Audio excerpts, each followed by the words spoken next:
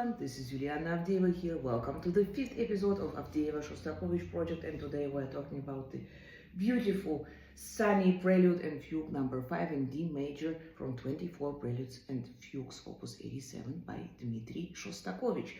So after this very deep and sad E minor pair, we have this absolutely contrary character. We have this very peaceful, very quiet pair, which for me somehow could be also a scene from a peasant's life.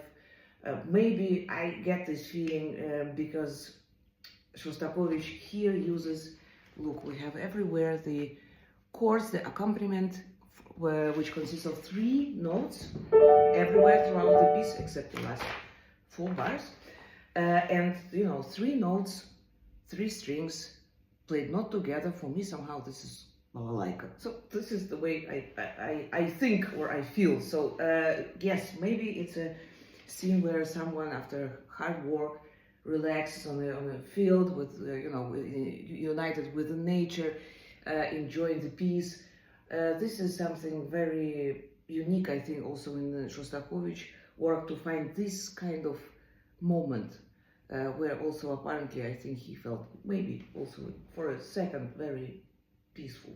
The left hand is having the beautiful melody.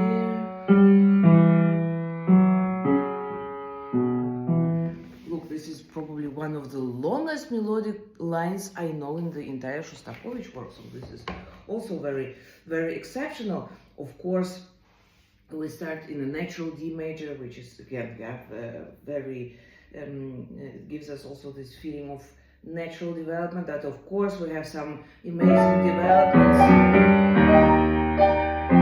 within one beat from D major to E flat. Very, very special moment here. Then the hands are changing their roles, so the left hand is taking over the accompaniment and the right is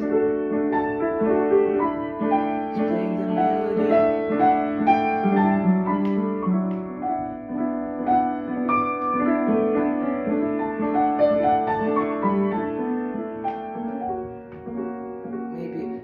Small cloud on the beautiful clear sky.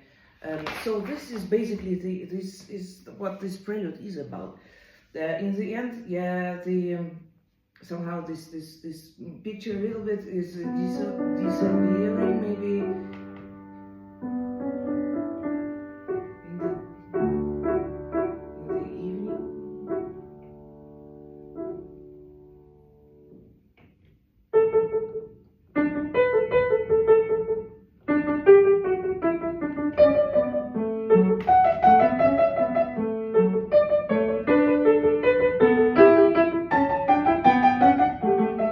This is the beginning of the fugue. So it's also a very, let's say, unorthodox subject, because we were repeating for the first note. Shostakovich repeats 4 times. So we have 2 different types of articulation in the subject. We have the staccato and those little slurs. Look how interesting actually this texture looks like. So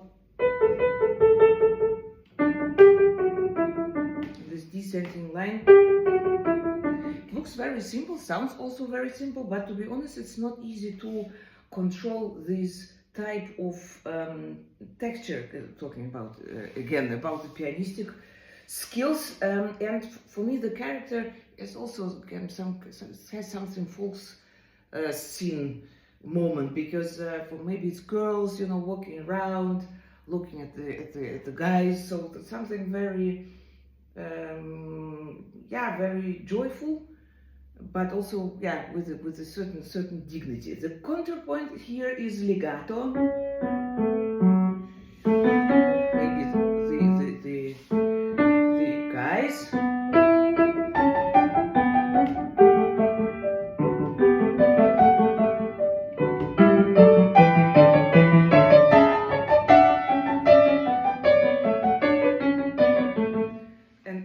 We did not move in any chromatic modulation here, so this is very unique, really unique composition also in this term. And yeah, we have these little outbreaks.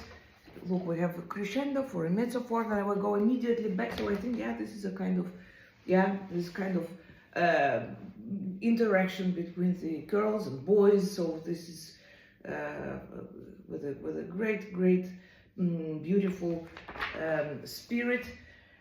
This is actually it. That's all about this fugue. The very special moment here, in my opinion, is the Coda, where we have again a very nice stretto. This fugue is, by the way, is in 3 parts.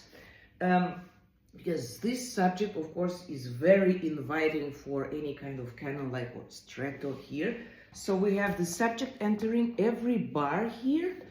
Some bars will take a special care or attention, because as you can see, we have different articulation within one hand, staccato in the upper voice and the slurs in the middle voice. And as we know, the fingers, they normally keep together, so it takes some time to explain them that sometimes they have to be independent from each other. But in any case, this is a brilliant, beautiful stretto.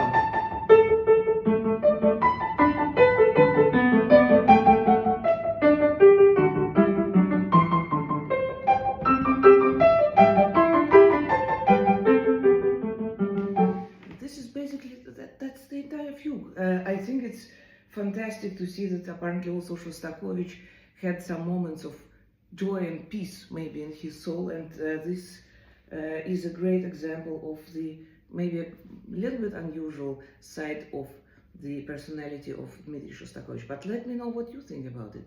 Many thanks for watching, and see you next Thursday. Bye!